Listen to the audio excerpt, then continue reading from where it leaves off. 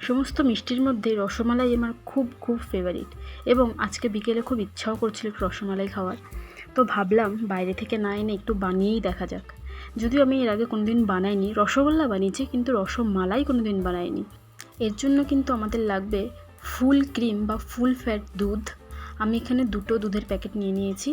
এটাকে আমি প্রথমে ভালো করে ফুটিয়ে নিচ্ছি।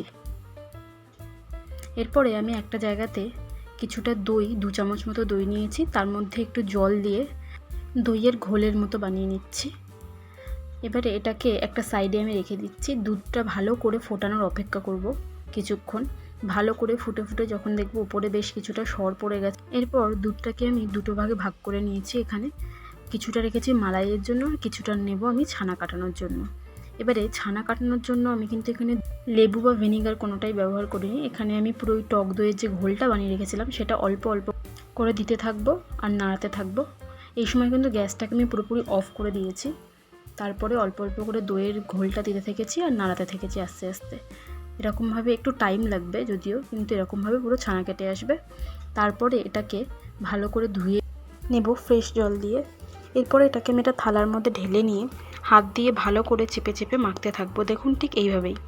এটা ততক্ষণ পর্যন্ত মাখবো যতক্ষণ না এটা থেকে পুরো তেল ছাড়বে এবং এটা পুরো একটা দলার মতো পাকিয়ে আসবে। যেরকম হাতে লেগে যাচ্ছে সেরকমভাবে লাগবে না।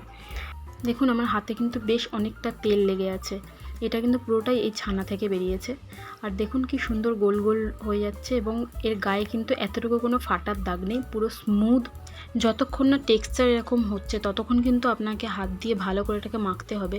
তা না হলে কিন্তু যখনই আমরা রসগোল্লাগুলোকে জলের মধ্যে দেব, মানে চিনির রসে, তখন কিন্তু আপনা আপনি এগুলো ছেড়ে যাবে। এরপরে আমি একটা পাত্রের মধ্যে দিয়েছি প্রায় 1.5 কাপ মতো চিনি, আর তার মধ্যে আমি দিয়েছি ওই ধরুন 2.5 কাপ মতো জল।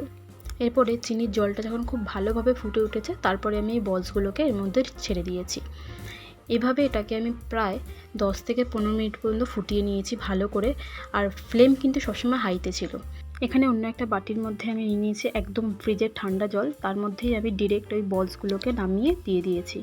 তারপরে এদিকে একটা সাইডে দুধের মধ্যে বেশ কিছুটা কেশর দিয়ে ফুটতে দিয়েছি বেশ কিছুক্ষণ। তারপরে ফুটে এলে তার মধ্যে কিছু ড্রাই ফ্রুটস, মানে ওই পিস্তা আর আমন্ড দিয়েছি।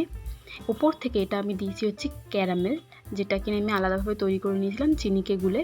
সেটা দিয়েছি যাতে ওই নলেন গুঁড়ো যে ফ্লেভারটা আসে না, ঠিক ওই রকম টাইপসের ফ্লেভার একটা আসে রসমালাইয়ের মধ্যে। এবারে আমি এই রসগোল্লাগুলোকে জল থেকে হাত দিয়ে ভালো করে চিপে চিপে তুলে নিয়েছি, তুলে বাটির মধ্যে রেখেছি।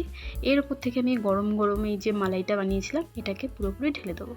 এটাকে এইভাবে বেশ আধ থেকে 1 ঘন্টা মতো রেখে দিন। আপনারাও কিন্তু অবশ্যই অবশ্যই এই রেসিপিটা বাড়িতে ট্রাই করবেন এবং কেমন লাগলো জানাবেন। ভিডিওটি ভালো লাগলে একটি লাইক করে দেবেন। Thank you.